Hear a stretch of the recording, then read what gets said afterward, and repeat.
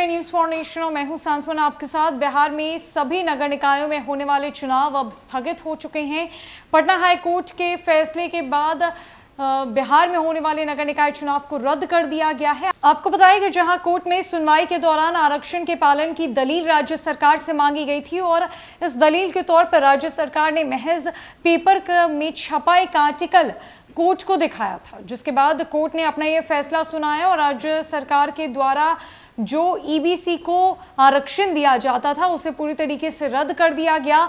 बिहार में नगर निकाय चुनाव अब स्थगित हो चुके हैं और अगली तारीख क्या होगी, बिहार में नगर निकाय चुनाव कब होंगे, इस पर लगातार मंथन जारी है। लेकिन बड़ी बात यह है कि राज्य सरकार अब हाईकोर्ट के फैसले को सुप्रीम कोर्ट में जाकर चुनौती देने की तैयारी में है, जिसके बाद बिहार में होने वाले नगर निकाय चुनाव पर बड़ा फैसला आ सकता है। सुप्रीम कोर्ट की तरफ से नया फैसला जारी हो सकता है। हालांकि नगर निकाय चुनाव इस साल तक टलने की संभावना जताई जा रही है। ऐसा माना जा रहा है कि अब आने वाले 2 से 3 महीने तक नगर निकाय के चुनाव नहीं होंगे। अगले साल यानी साल 2023 में जब नया फैसला सामने आएगा तो बिहार में नगर निकाय चुनाव होंगे। हालांकि आपको बता दें कि नगर निकाय चुनाव की जो तैयारियां हैं वो जोर शोर से शुरू हो गई थी। नामांकन की प्रक्रिया पूरी कर ली जा चुकी थी। मैदान में प्रत्याशी एड़ी चोटी का जोर लगाने उतर चुके थे। इसी बीच जहां सबसे पहले 10 अक्टूबर को चुनाव होना था, लेकिन चुनाव होने से ठीक 6 दिन पहले कोर्ट का यह फैसला सामने आया और बिहार में नगर निकाय के चुनाव रद्द हो गए। अब जानते हैं कि बिहार में क्या कुछ संभावनाएं हैं नगर निकाय चुनाव को कराने की। आखिरकार राज्य सरकार के पास क्या कुछ विकल्प बचे हैं। कोर्ट का जो फैसला सामने आया है उसमें क्या कुछ अप्रूवल्स हो सकते हैं, सारी बात बताते हैं। दरअसल पटना हाईकोर्ट के आदेश के बाद राज्य निर्वाचन आयोग ने मंगलवार रात बिहार में चल रहे नगर निकाय चुनाव को फिलहाल के लिए स्थगित कर दिया है। अब राज्य सरकार इस फैसले को सुप्रीम कोर्ट में चुनौती देने की तैयारी कर रही है। हालांकि इसके बावजूद भी चुनाव के लंबे समय तक लटकने की संभावना दिख रही है।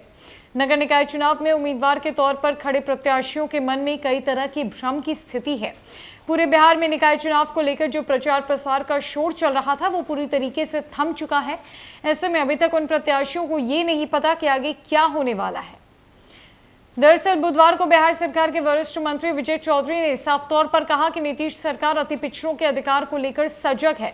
हाईकोर्ट के फैसले को सुप्रीम कोर्ट में चुनौती दी जाएगी। उन्होंने कहा कि उनकी सरकार को उम्मीद है कि सुप्रीम कोर्ट का फैसला सरकार के पक्ष में होगा। हालांकि बिहार सरकार अगर सुप्रीम कोर्ट जाती है तो मामले की सुनवाई तत्काल में होने के आसार ना के बराबर है। सुप्रीम कोर्ट में यदि राज्य सरकार प्रे करती है तो इस मामले की सुनवाई जल्द की जा सकती है, क्योंकि निकाय चुनाव को लेकर चुनावी प्रक्रिया शुरू हो चुकी है और इसमें कैंडिडेट से लेकर सरकार का भी खर्च ज्यादा हो चुका है।